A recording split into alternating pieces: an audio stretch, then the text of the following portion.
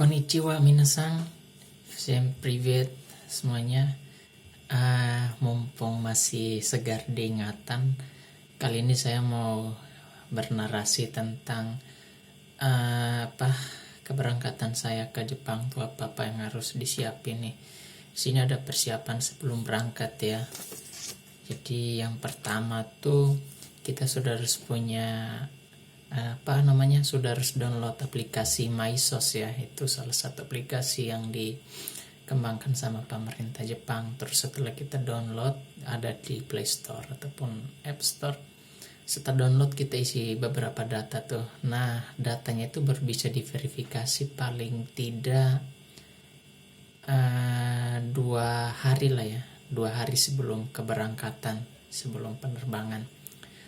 Jadi kita isi data semua, mulai dari nama, terus nomor paspor, terus di mana kita bakalan karantina dan sebagainya.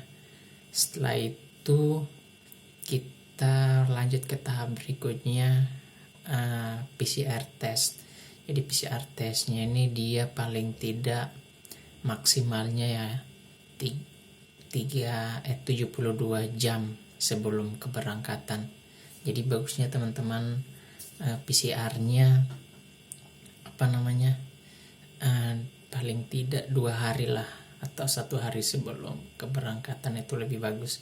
Dan PCR testnya ini juga bakalan mengikuti formulir yang dikasih dari pemerintah Jepang. Jadi teman-teman harus strict ya ngikut formulir mereka. Kalau gak ngikut ya resikonya bakalan ditolak lah aplikasi upload dokumen PCR ini di aplikasi MySOS. Dan setelah itu mungkin jelek-jeleknya kita bakalan gak diterima masuk Jepang, bisa jadi ya.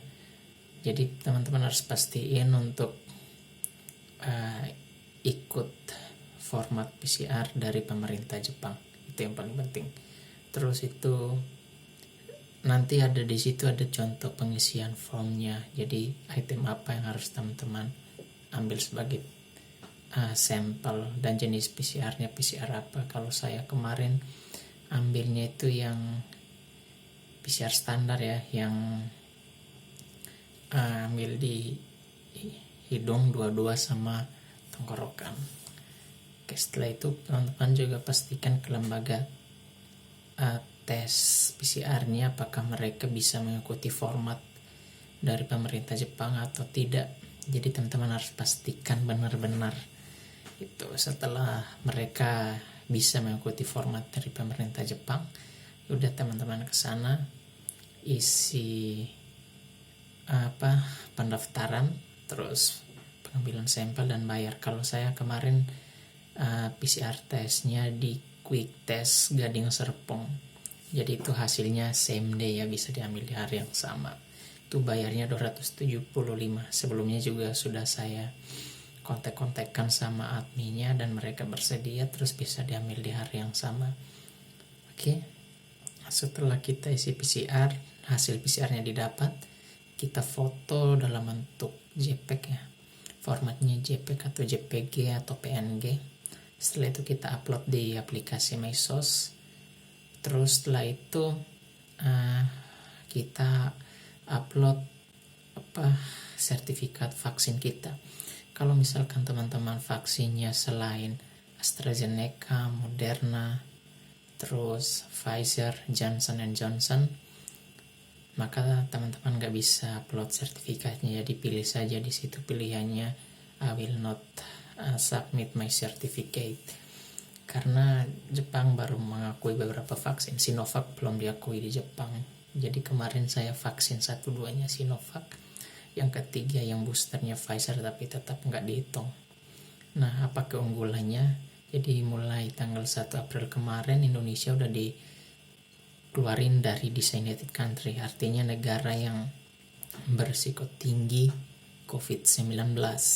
Jadi kalau misalkan Indonesia masih masuk dalam designated country, maka kita ke sini kita karantina itu bakalan di cover ya, karantinanya bakalan di cover sama pemerintah Jepang.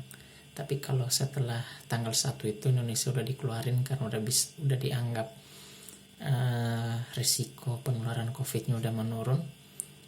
Jadi kita karantinanya kalau misalkan vaksinnya selain 4 tadi ya yang diakui pemerintah Jepang, maka kita wajib karantina. Tapi kalau misalkan kita udah 3 kali vaksin AstraZeneca, Moderna, Pfizer, Johnson & Johnson, maka kita gak perlu karantina tentunya. Terus setelah itu nanti di aplikasi MySOS-nya itu bakalan muncul barcode, terus apakah teman-teman eligible nggak untuk terbang ke Jepang. Oke, terus setelah itu teman-teman screenshot barcode-nya. Terus satu lagi teman-teman nggak perlu beli internet roaming ya, karena di bandara Tokyo sini Haneda maupun Narita internetnya bagus lah. Oke, setelah itu teman-teman siap berangkat. Mungkin sekedar saran teman-teman, datang tuh bawa barang jangan banyak-banyak lah, paling full 2 koper lah. Kalau misalkan teman-teman nanti nggak dijemput sama teman yang punya mobil, yang punya kendaraan di sini, lebih bagus teman-teman jangan bawa barang banyak-banyak, bawa cukup 2 koper lah maksimal. Pakaian juga jangan terlalu banyak, ya cukupnya. Setelah itu bumbu-bumbu yang paling penting. Kalau saya kemarin nggak bawa bumbu ya, paling cuman bawa pop mie, terus Tenggo, bon cabe. Misal juga sih nggak bawa Royco atau Masako kayak gitu, nggak apa-apa lah. Setelah itu kita ke bandara terus check in. Dia check innya itu paling tidak karena saya kemarin check innya online, jadi ketika ke bandara nggak perlu antri lama, kita cuman antri untuk drop bagasi kita. Tapi kalau teman-teman belum check in online itu antrinya panjang sekali, karena itu masih harus verifikasi dokumen, nyerahin bagasi. Lebih baik teman-teman check in online. Kemarin saya pakai All Nippon Airways, itu dibeliin sama kampus sih tiketnya. Jadi dia minimal 90 menit sebelum on board kita udah selesai check in. Terus kemarin pas saya berangkat itu juga pas keberangkatan dengan para jemaah yang mau umroh. Jadi di bandara Soekarno-Hatta tuh padat merayap.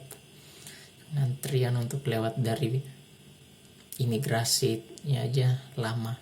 Terus gate dari imigrasi ke gate-nya boarding ke All Nippon Airways tuh jauh sekali, sekitar 2 kiloan tuh.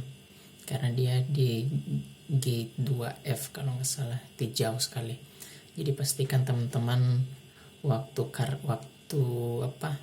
check in-nya nggak terlalu mepet ya. Jadi teman-teman nggak buru-buru.